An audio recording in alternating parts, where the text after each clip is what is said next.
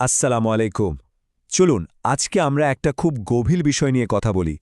আজ আমরা জানার চেষ্টা করব পবিত্র কুরআনের আলোকে বিশ্বাস আর প্রার্থনার মাধ্যমে কিভাবে মানসিক শান্তি আর নিরাময় খুঁজে পাওয়া যায়। আসুন এই আধ্যাত্মিক যাত্রায় আমরা একসাথে শামিল হই।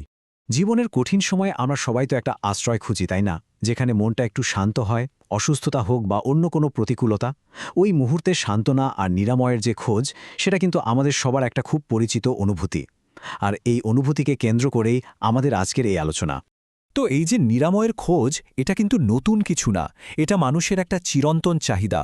শারীরিক বা মানসিক যে কোনো কষ্ট থেকে মুক্তি পাওয়ার এই যে আকাঙ্ক্ষা, এটা যুগ যুগ ধরেই চলে আসছে। এই স্লাইডে আমরা সেই সার্বজনীন প্রেক্ষাপটটাই দেখতে পাচ্ছি।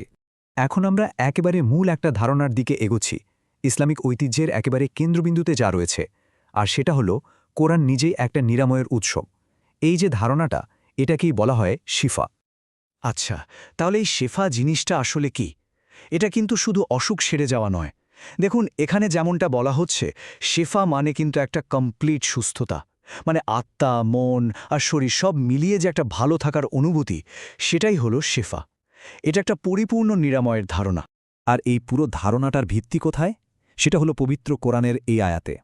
এখানে কিন্তু একদম পরিষ্কার করে বলা হয়েছে যে কোরআন বিশ্বাসীদের জন্য একটা নিরাময়, একটা শিফা আর রহমত। এই আয়াতটাই এই বিশ্বাসের মূল উৎস। তো মূল ধারণাটা তো বোঝা গেল। চলুন এবার একটু প্রায়োগিক দিকে যাই। মানে নিরাময়ের জন্য ঠিক কোন কোন দোয়া বা আয়াত ব্যবহার করা হয় সেটা একটু দেখি। এর মূল অনুশীলনটা হল দোয়া, মানে একদম মন থেকে সৃষ্টিকর্তার কাছে চাওয়া। বিশ্বাসীরা যেটা করেন, তারা কিছু নির্দিষ্ট আয়াত বা সূরা পাঠের মাধ্যমে সরাসরি সৃষ্টিকর্তার কাছে আরোগ্য আর সুস্থতার জন্য প্রার্থনা জানান। এই যে দেখুন, এখানে কিছু বহুল প্রচলিত সূরা আর আয়াতের একটা তালিকা দেওয়া আছে, যেগুলো নিরাময়ের জন্য পাঠ করা হয়। যেমন ধরুন সূরা ফাতিহা, যেটা দিয়ে কোরআন শুরুই হয়। তারপর আছে আয়াতুল কুরসি, যেটাকে আমরা আরশের আয়াত বলি। আর শেষে আছে ওই তিনটি রক্ষাকারী সূরা, ইখলাস, ফালাক ও নাস। বিশ্বাস করা হয় যে এগুলোর তেলাওয়াতে একটা বিশেষ নিরাময় ও সুরক্ষা রয়েছে। আচ্ছা, আমরা আয়াত বা সূরার কথা তো বললাম, কিন্তু এর পেছনের সবচেয়ে গুরুত্বপূর্ণ অংশটা নিয়ে এবার কথা বলা যাক। আর সেটা হলো বিশ্বাসের শক্তি। কারণ এটা শুধু মুখে মুখে পড়ার বিষয় নয়, এর চেয়েও অনেক গভীর। এই স্লাইডটা দেখুন, কি দারুণভাবে পার্থক্যটা তুলে ধরেছে। একদিকে আছে শুধু শব্দ উচ্চারণ করা, অনেকটা তোতা পাখির মতো, আর অন্যদিকে আছে একদম মন থেকে আন্তরিকতার সাথে দোয়া করা। মূল তফাৎটা আসলে কোথায়? তফাৎটা হলো উদ্দেশ্য আর বিশ্বাসে। একটা হলো শুধু অভ্যাস, আর অন্যটা হলো আত্মার ডাক। তার মানে আসল কথাটা কি দাঁড়ালো? শক্তিটা কিন্তু শুধু শব্দে নেই, শক্তিটা আছে ওই গভীর বিশ্বাসে, যার সাথে দোয়াটা করা হচ্ছে।